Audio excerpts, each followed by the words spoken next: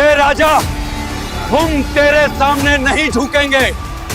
उन्हें भट्टी में डाल दो और आग को 7 गुना भटका दो। हे परमेश्वर, तुम्हें ही बचा ले।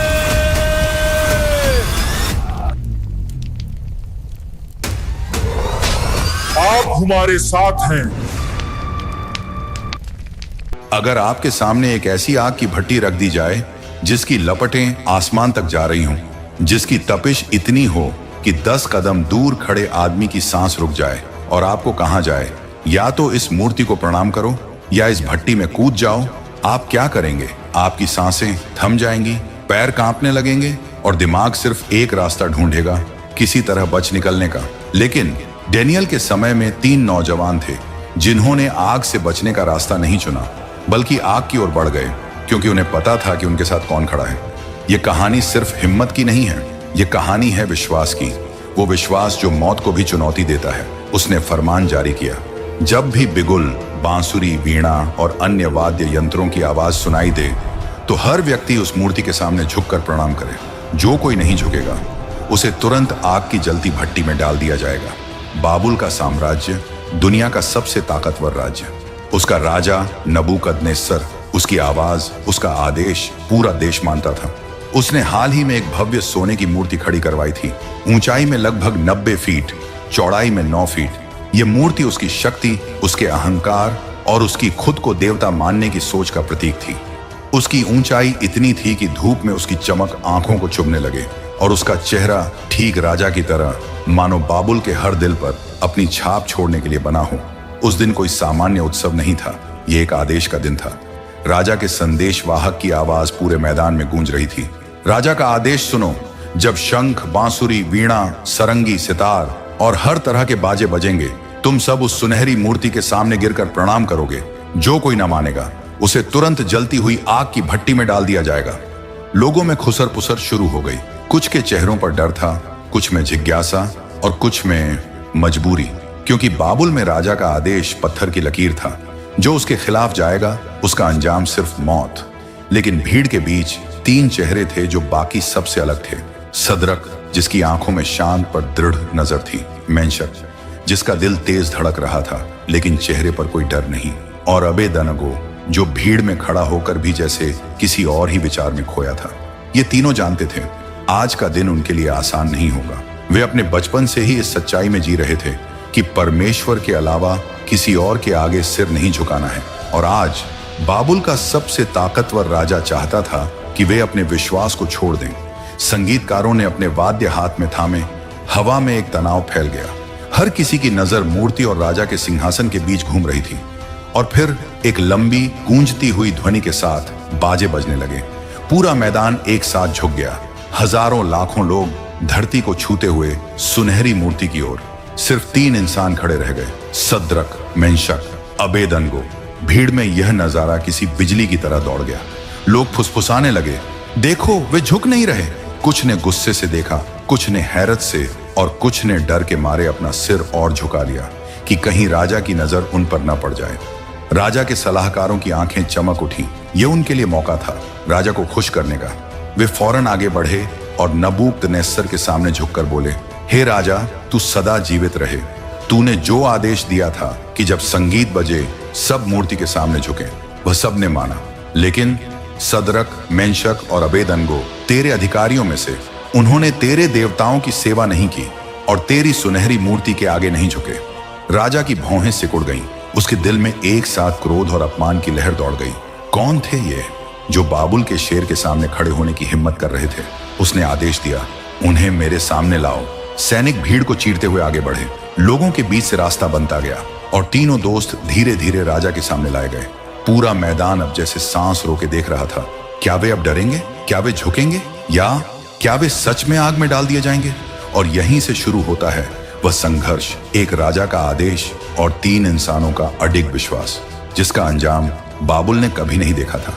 बाबुल के महल का दरबार, जहां दीवारों पर सोने की परत छड़ी थी, विशाल खंभों पर कीमती पत्थर जड़े थे और फर्श पर रेशमी कालीन बिछे थे। यहाँ हर आदमी राजा को देखकर झुक जाता था। लेकिन आज यहाँ 3 नौजवान खड़े थे जिनकी निगाहें सीधी थीं और सिर ऊंचा। दरबार के एक किनारे से ऊंचे पद वाले गवर्नर, अधिपति और सलाहकार खड़े थे और बीच में नबूकदनेस्सर शाही वस्त्रों में, सोने का मुकुट सिर पर और आंखों में घमंड की चमक। उसके सामने कई सैनिक घुटनों के बल बैठे थे, सिर झुकाए, लेकिन इन तीनों की मुद्रा बाकी सबसे अलग थी। राजा ने अपनी भारी आवाज में कहा, सदरक, मेंशक, अबेदनगो, मेरे सामने एक गंभीर आरोप है। लोग कहते हैं कि तुम मेरे देवताओं की सेवा नहीं करते और मेरी बनाई सोने की मूर्ति के सामने नहीं झुके। महल में अचानक सन्नाटा छा गया। हर कोई सांस रोके खड़ा था। सिर्फ दूर कहीं से जलते मशालों की हल्की सी छटछटाहट सुनाई दे रही थी। राजा ने आगे कहा, मैं तुम्हें एक आखिरी मौका देता हूं। जब तुम वाद्य यंत्रों की आवाज सुनो, तुरही, बांसुरी, सारंगी, तुम तुरंत मूर्ति के सामने झुक जाना। अगर ऐसा किया तो सब ठीक रहेगा, लेकिन अगर नहीं तो तुरंत जलती भट्टी में डाल दिए जाओगे। उसने अपनी ठंडी निगाहें उन पर गढ़ाते हुए कहा, और सुन लो, कोई भी देवता तुम्हें मेरे हाथ से नहीं बचा सकेगा। भीड़ में कुछ लोग मुस्कुरा रहे थे। अब ये मानेंगे, अब ये डरेंगे। लेकिन इन तीनों के चेहरे पर न कोई डर था, न कोई बेचैनी, बल्कि उनकी आंखों में एक अजीब सा आत्मविश्वास था, जैसे उन्हें पहले से पता हो कि क्या होने वाला है और जैसे उन्हें मौत की कोई परवाह न हो। सदरक ने धीरे धीरे एक कदम आगे बढ़ाया। उसकी आवाज साफ थी, लेकिन उसमें कोई घबराहट नहीं। हे राजा नबूकदनेस्सर, इस विषय में हम आपको कोई सफाई देने के लिए बाध्य नहीं है। हमारा परमेश्वर, जिसकी हम सेवा करते हैं, वह हमें जलती भट्टी से बचाने में सक्षम है। दरबार में हलचल मच गई। ऐसी बातें किसी ने राजा से कभी नहीं की थी। मेशक ने आगे कहा, और अगर वह ऐसा न भी करे तब भी हम आपके देवताओं की सेवा नहीं करेंगे और सोने की मूर्ति के सामने नहीं झुकेंगे। अबेदनगो ने अपनी शांत लेकिन दृढ़ आवाज में जोड़ा, हमारे लिए सिर्फ एक ही परमेश्वर है और उसके सामने झुकना ही हमारे जीवन का उद्देश्य है। राजा का चेहरा धीरे धीरे लाल पड़ने लगा। उसके माथे पर नसें उभर आईं। उसकी आंखों में आग थी, लेकिन वह आग नफरत और अहंकार की थी।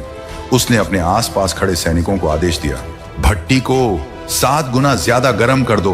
भीड़ में से कुछ लोग बाहर भागे। भट्टी शहर के दूसरी तरफ थी, लेकिन वहां की आग को और भड़काने के लिए लोग लकड़ियों, कोयले और तेल के बड़े बड़े बर्तन ले जा रहे थे। हवा में धुएं की गंध घुलने लगी थी और शहर के ऊपर आसमान में एक लाल सा रंग छा गया था। राजा ने अपनी सबसे ताकतवर सेना को बुलाया। वे योद्धा जो लोहे की बख्तर पहने हुए थे और जिनकी आंखों में किसी भी कीमत पर राजा का आदेश पूरा करने का जुनून था। उसने कहा, इन तीनों को तुरंत बांध दो और जैसे ही भट्टी तैयार हो, इन्हें उसमें फेंक दो।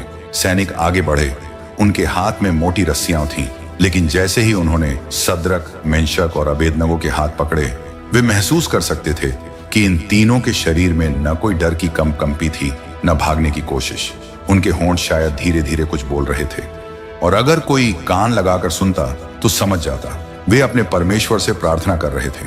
भीड़ अब महल से निकलकर भट्टी की तरफ बढ़ने लगी। कुछ लोग उत्सुक थे, कुछ डर रहे थे और कुछ ऐसे भी थे जो मन ही मन सोच रहे थे, क्या वाकई इनके परमेश्वर में इतनी ताकत है कि ये आग से बच सकें। जैसे जैसे वे भट्टी के करीब पहुंचे, हवा और गर्म होती गई। जमीन पर लपटों की हल्की सी चमक पड़ रही थी। भट्टी का मुंह खुला था और अंदर की आग किसी भूखे दानव की तरह गरज रही थी। सैनिकों ने रस्सियों से तीनों को कसकर बांध दिया और अब सिर्फ राजा का आदेश बाकी था। भीड़ ने सांस रोक ली। ये वह पल था जो अगले कुछ सेकंड में इन तीनों की जिंदगी या मौत तय करने वाला था। सूरज पश्चिम की ओर झुक रहा था, लेकिन बाबुल के उस हिस्से में जहां भट्टी खड़ी थी, सूरज की रोशनी की कोई जरूरत नहीं थी। वहां पहले से ही आकाश में एक लाल नारंगी चमक थी भट्टी की लपटों से। उस दिन की आग सामान्य आग नहीं थी। राजा के आदेश पर उसे 7 गुना ज्यादा गर्म कर दिया गया था। भट्टी एक विशाल गोलाकार संरचना थी, मोटी ईंटों और लोहे से बनी हुई। उसके चारों ओर सैनिक तैनात थे ताकि कोई पास ना आ सके। ऊपर से धुएं के काले बादल उठकर आसमान में फैल रहे थे और हर लपट बाहर निकलते ही जैसे हवा को भी जला देती थी। भीड़ धीरे धीरे वहां पहुंच रही थी। कोई अपने बच्चों को कंधे पर उठाए देखना चाहता था, कोई दूर से ही खड़ा था। कानाफूसी चल रही थी, क्या ये बचेंगे? नहीं, इतनी आग में कोई कैसे जिंदा रह सकता है? लेकिन ये तो अजीब है, इनकी आंखों में डर क्यों नहीं है? सदरक, मेंशक और अबेदनगो को भारी लोहे की जंजीरों और मोटी रस्सियों से बांध दिया गया था। सैनिक उन्हें दोनों ओर से पकड़े हुए थे, लेकिन उनके कदम धीमे और स्थिर थे, जैसे वे मौत की ओर नहीं बल्कि किसी वचन की पूर्ति की ओर जा रहे हों। राजा नबूकदनेस्सर सोने के शाही वस्त्र पहने अपने खास मंच पर खड़ा था। उसके चारों ओर अधिकारी, गवर्नर और सलाहकार खड़े थे। उसकी आंखें तीनों पर टिकी थीं और उसके होंठों पर एक ठंडी कठोर मुस्कान थी। अब देखते हैं किसमें इतनी हिम्मत है कि मेरे आदेश की अवहेलना करे। सैनिकों ने तीनों को भट्टी के ठीक सामने ला खड़ा किया। उस क्षण गर्मी इतनी थी कि पास खड़े लोग भी अपने चेहरे कपड़ों से ढक रहे थे। दूर खड़े लोग अपने मुंह पर हाथ रखकर सांस रोकने की कोशिश कर रहे थे, लेकिन राजा के सबसे ताकतवर योद्धा भारी बख्तर पहने आगे बढ़े। उनके चेहरे पर एक दृढ़ निश्चय, हम राजा के आदेश को पूरा करेंगे, चाहे कुछ भी हो। भट्टी के अंदर की आग अब पागलों की तरह गरज रही थी। लपटें ऊपर की ओर ऐसे उठ रही थीं मानो आसमान को छू लेंगी। गर्मी का असर ऐसा था कि भट्टी के आसपास की लोहे की सलाखें लाल हो चुकी थीं। एक सैनिक ने बाकी से कहा, तैयार हो जाओ। दूसरे ने अपनी पकड़ और मजबूत कर ली। राजा ने हाथ उठाया। यह संकेत था कि अब आदेश बस आने ही वाला है।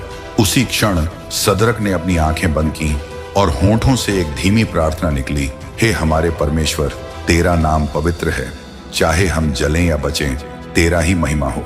मेंशक ने हल्की मुस्कान दी, मानो उसे पहले से पता हो कि यह अंत नहीं है। अबेदनगो ने अपनी निगाहें आसमान की ओर उठाईं, जैसे वह किसी अदृश्य शक्ति को देख रहा हो। राजा ने अपनी भारी आवाज में कहा, उन्हें आग में डाल दो। सैनिकों ने एक ही झटके में तीनों को उठाया और जैसे ही वे भट्टी के मुंह के पास पहुंचे, कुछ ऐसा हुआ जिसकी किसी ने कल्पना भी नहीं की थी। भट्टी की लपटों ने इतनी तेजी से बाहर की ओर छलांग मारी कि जो सैनिक उन्हें पकड़े हुए थे वे खुद ही लपटों में गिर गए। उनकी चीखें चारों ओर गूंज उठी और अगले ही पल वे जमीन पर गिर पड़े, झलकर राख हो गए। भीड़ सन्न रह गई, लेकिन आदेश का पालन होना था। बाकी सैनिकों ने पूरी ताकत से सदरक, मेंशक और अबेदनगो को धकेल दिया और वे भट्टी की जलती हुई आग में गिर गए। भट्टी का मुंह तुरंत बंद कर दिया गया। बाहर खड़े लोग चुपचाप देखने लगे। कुछ ने सिर झुका लिया, कुछ ने आंखें बंद कर ली। हर कोई यही सोच रहा था, अब इनका अंत हो चुका है। लेकिन राजा की आंखें भट्टी से हट नहीं रही थीं। उसके चेहरे पर एक अजीब सी जिज्ञासा थी, मानो वह इंतजार कर रहा हो किसी खास पल का, किसी सबूत का कि उसकी ताकत सबसे ऊपर है। उसे नहीं पता था कि अगले कुछ पल में उसकी सोच हमेशा के लिए बदलने वाली है। भट्टी का मुंह बंद हो चुका था। बाहर सिर्फ आग की गर्जना सुनाई दे रही थी और हर लपट के साथ भट्टी की दीवारें लाल लाल चमक उठती थीं। लोग दूर खड़े थे, कोई अपनी चादर से पसीना पोंछ रहा था, कोई अपने माथे का पसीना। सभी मान चुके थे कि सदरक, मेंशक और अबेदनगो अब इस दुनिया में नहीं रहे। लेकिन राजा, वह चुप नहीं था। वह अपने मंच से भट्टी की ओर टकटकी लगाए देख रहा था। उसकी आंखों में एक अजीब सी बेचैनी थी। शायद यह जिज्ञासा थी, शायद यह अहंकार का संतोष, या शायद कुछ और जिसे वह खुद भी समझ नहीं पा रहा था। समय बीतता गया। 1 मिनट, 2 मिनट, 3 मिनट। इतनी गर्म भट्टी में कोई एक पल भी कैसे जिंदा रह सकता है? यह सोचकर कुछ लोग आपस में धीरे धीरे बातें करने लगे। अब तक तो सिर्फ राख ही बची होगी। हाँ, राजा ने देख लिया कि उसके आदेश के आगे कोई नहीं टिक सकता। लेकिन तभी राजा की भौहें सिकुड़ गईं। उसने अपनी आंखों को थोड़ा तिरछा कर भट्टी के अंदर झांकने की कोशिश की। पहले तो धुएं और लपटों के बीच कुछ समझ नहीं आया, लेकिन कुछ सेकंड बाद उसका चेहरा बदलने लगा। पहले हैरानी, फिर अविश्वास, फिर आंखें पूरी खुल जाना। राजा ने अचानक अपने सलाहकार की ओर मुड़कर कहा, क्या हमने आग में 3 आदमी नहीं डाले थे? सलाहकार हड़बड़ाया, हाँ महाराज, 3 ही थे। राजा की आवाज में अब एक झटके का कंपन था। तो फिर मैं 4 देख रहा हूं। भीड़ चुप हो गई। सबने राजा की ओर देखा जैसे वह कोई मजाक कर रहा हो, लेकिन राजा ने अपने हाथ से इशारा किया, देखो देखो अंदर। लोगों ने सावधानी से भट्टी के पास जाकर अंदर झांकने की कोशिश की। धुएं और आग के बीच सचमुच 4 आकृतियां चल रही थीं। हाँ, वे चल रही थीं, न कि जल रही थीं। सदरक, मेंशक, अबेदनगो। उनके कपड़े, उनके बाल, उनका शरीर कुछ भी आग से छुआ हुआ नहीं था। उनकी रस्सियां झलकर गिर चुकी थीं और वे पूरी तरह आजाद थे। और उनके साथ एक चौथा व्यक्ति था। उस चौथे का रूप इंसान जैसा था, लेकिन उसमें कुछ ऐसा था जो किसी ने पहले कभी नहीं देखा था। उसकी आभा लपटों से भी तेज थी, लेकिन उसमें आग की तरह विनाश नहीं, बल्कि एक शांत और पवित्र उजाला था। उसका चेहरा दिव्य और महिमामय, और उसकी उपस्थिति से भट्टी के अंदर एक अजीब सी ठंडक महसूस हो रही थी। भीड़ में किसी ने धीमे से कहा, वह देवताओं का पुत्र जैसा दिखता है। किसी ने कांपती आवाज में कहा, शायद यह परमेश्वर का दूत है। राजा बिल्कुल स्तब्ध था। उसने अपने हाथों से मंच की रेलिंग को कसकर पकड़ा, मानो यह दृश्य उसके होश उड़ा रहा हो। उसके मन में एक सवाल गूंज रहा था, ये लोग सचमुच उस परमेश्वर की सेवा करते हैं जो राजा से भी बड़ा है? सद्रक, मेंशक और अबेदनगो उस चौथे के साथ आग में घूम रहे थे, मानो वे किसी बगीचे में टहल रहे हों। उनके होंठ हिल रहे थे, शायद वे धन्यवाद दे रहे थे, शायद वे उसकी स्तुति कर रहे थे। और उस चौथे के चेहरे पर एक हल्की मुस्कान थी। आग जो हर चीज को भस्म कर देती है, आज उनकी रक्षा कर रही थी। यह कोई साधारण घटना नहीं थी, यह एक घोषणा थी कि इस संसार में एक ऐसी शक्ति है जो राजा के आदेश, सैनिकों की ताकत और आग की लपटों से भी ऊपर है। राजा ने अपने हाथ उठाकर जोर से पुकारा, हे सद्रक, मेंशक, अबेदनगो, तुम जो सर्वोच्च परमेश्वर के सेवक हो, बाहर आओ, यहां आओ। भीड़ सांस रोके इंतजार कर रही थी। क्या ये तीनों सचमुच बिना चोट के बाहर आ पाएंगे, या यह सब आंखों का धोखा था? राजा नबूकदनेस्सर की आवाज गूंजते ही भीड़ में एक सन्नाटा छा गया। हर निगाह भट्टी के मुंह पर टिक गई। लोगों के दिलों की धड़कनें जैसे थम गईं। कोई भी अपनी पलक झपकाने की हिम्मत नहीं कर रहा था। भट्टी का मुंह खोला गया। गर्म हवा का एक तेज झोंका बाहर निकला, जिससे पास खड़े सैनिक पीछे हट गए। लेकिन उस गर्मी में एक अलग ही ठंडक महसूस हो रही थी, जैसे भट्टी के अंदर किसी और ही दुनिया का मौसम हो। धुएं के बीच पहले एक हल्की सी छाया दिखाई दी, फिर एक आकृति, सद्रक। उसका चेहरा शांत, कदम स्थिर। उसके कपड़ों पर आग का एक भी दागा नहीं था। उसके पीछे मेंशक, उसकी आंखों में चमक, जैसे उसने अभी अभी स्वर्ग का दर्शन किया हो। फिर अबेदनगो, उसके चेहरे पर गहरी कृतज्ञता और एक हल्की मुस्कान। और जैसे ही वे तीनों बाहर आए, भीड़ में एक हलचल मच गई।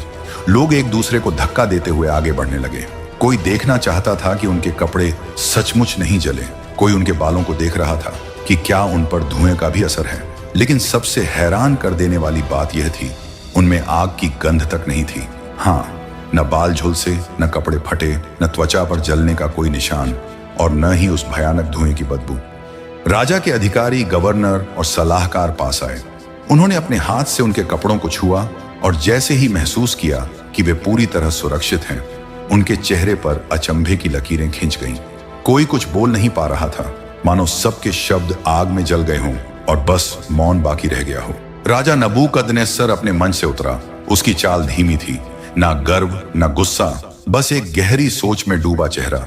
वह उनके सामने आकर रुका और कुछ सेकंड तक उन्हें देखता रहा। फिर उसकी भारी आवाज गूंजी, धन्य है सद्रक, मेंशक और अबेदनगो का परमेश्वर, जिसने अपना दूत भेजकर अपने दासों को बचाया। वे जिन्होंने मेरे आदेश की परवाह नहीं की और अपने परमेश्वर के अलावा किसी और की सेवा करने से इनकार कर दिया। उसकी आवाज में अब गुस्से का कोई अंश नहीं था, बल्कि उसमें एक अजीब सी श्रद्धा और विनम्रता थी। उसने भीड़ की ओर मुड़कर घोषणा की, जो कोई भी उनके परमेश्वर के विरुद्ध कुछ बोलेगा, उसका घर मलबे में बदल दिया जाएगा, क्योंकि ऐसा कोई और देवता नहीं है जो इस तरह बचा सके। भीड़ में तालियों और जयकार की गूंज उठी। परमेश्वर महान है, परमेश्वर महान है। उस क्षण सद्रक, मेंशक और अबेदनगो ने एक दूसरे की ओर देखा। उनकी आंखों में न कोई गर्व था, न विजय का अहंकार, बस एक गहरी शांति और आभार। वे जानते थे यह उनकी ताकत नहीं थी, यह उनके विश्वास का प्रतिफल था। और वह चौथा जो उनके साथ आग में था, वह अब आंखों से ओझल हो चुका था, लेकिन उनका विश्वास था कि वह हमेशा उनके साथ रहेगा। हर परीक्षा में, हर संघर्ष में। दूर आसमान में सूरज की आखिरी किरणें लाल और सुनहरी हो रही थीं, और बाबुल के उस मैदान में लोगों के दिलों में एक नई कहानी लिखी जा चुकी थी। एक ऐसी कहानी जिसे आने वाली पीढ़ियां सुनाएंगी और हर बार यह साबित करेगी कि आग से भी बड़ी एक शक्ति है, विश्वास की शक्ति। उस दिन बाबुल के आसमान में सिर्फ सूरज ढल नहीं रहा था, एक युग बदल रहा था। जिस मैदान में सुबह अहंकार, भय और आदेश का बोलबाला था, वहीं शाम होते होते विश्वास, साहस और चमत्कार का राज हो गया था। राजा नबूकदनेस्सर अपने महल लौट गया, लेकिन उसके दिल में एक अजीब सी हलचल थी। वह सोचता रहा, मैंने अपने साम्राज्य में बहुत सी शक्तियां देखी हैं, सेनाएं, हथियार, सोना, महल, लेकिन आज मैंने ऐसी शक्ति देखी है जिसे न आग मिटा सकती है, न मौत छू सकती है। यह शक्ति इंसान के भीतर होती है, और यह उस परमेश्वर से जुड़ी होती है जो अदृश्य है पर हर जगह है। अगले दिन उसने एक फरमान जारी किया, बाबुल में हर जाति, हर भाषा, हर राष्ट्र के लोग सद्रक, मेंशक और अबेदनगो के परमेश्वर का आदर करेंगे, क्योंकि वही सच्चा उद्धार करता है और उसकी शक्ति के सामने कोई और शक्ति टिक नहीं सकती। लोग इस चमत्कार को अपने घरों में सुनाने लगे। बच्चे अपने दादा दादी से सुनते, एक बार 3 आदमी को आग की भट्टी में डाला गया था और चौथा उनके साथ था। और यह कहानी बाबुल की गलियों, बाजारों और महलों में फैलती चली गई। सद्रक, मेंशक और अबेदनगो अपनी पुरानी जिंदगी में लौट आए, लेकिन वे अब पहले जैसे साधारण नहीं थे। जहां भी जाते लोग उन्हें आदर से देखते। वे जानते थे कि यह सम्मान उनके लिए नहीं, बल्कि उस विश्वास के लिए है जिसके लिए उन्होंने अपनी जान की बाजी लगा दी थी। डेनियल ने भी उन्हें देखकर कहा, तुमने साबित कर दिया कि असली विजय तब होती है जब इंसान अपने डर को हरा दे और अपने विश्वास के लिए खड़ा हो जाए, चाहे दुनिया उसके खिलाफ क्यों ना हो। वक्त बीतता गया, राजा भी बूढ़ा हो गया, साम्राज्य में नए लोग आए, नई लड़ाइयां लड़ी गईं, लेकिन सद्रक, मेंशक और अबेदनगो की कहानी मिटाई नहीं जा सकी। वह कहानी पत्थरों पर नहीं, दिलों पर लिखी गई थी, क्योंकि यह सिर्फ आग से बचने की कहानी नहीं थी। यह उस आग में चलने की कहानी थी जिसमें इंसान अकेला नहीं होता। यह उस चौथे की कहानी थी जो हर परीक्षा में साथ होता है। भले दुनिया उसे देख न पाए, पर वह हमेशा मौजूद रहता है। और आज भी जब कोई इंसान अपने डर, अपने संघर्ष, अपनी आग की भट्टी का सामना करता है, तो उसके कानों में यह कहानी फुसफुसाती है, डर मत, तू अकेला नहीं है। लपटें चाहे जितनी ऊंची हों, कोई तेरे साथ चल रहा है। यही है सद्रक, मेंशक और अबेदनगो की विरासत, विश्वास की विरासत।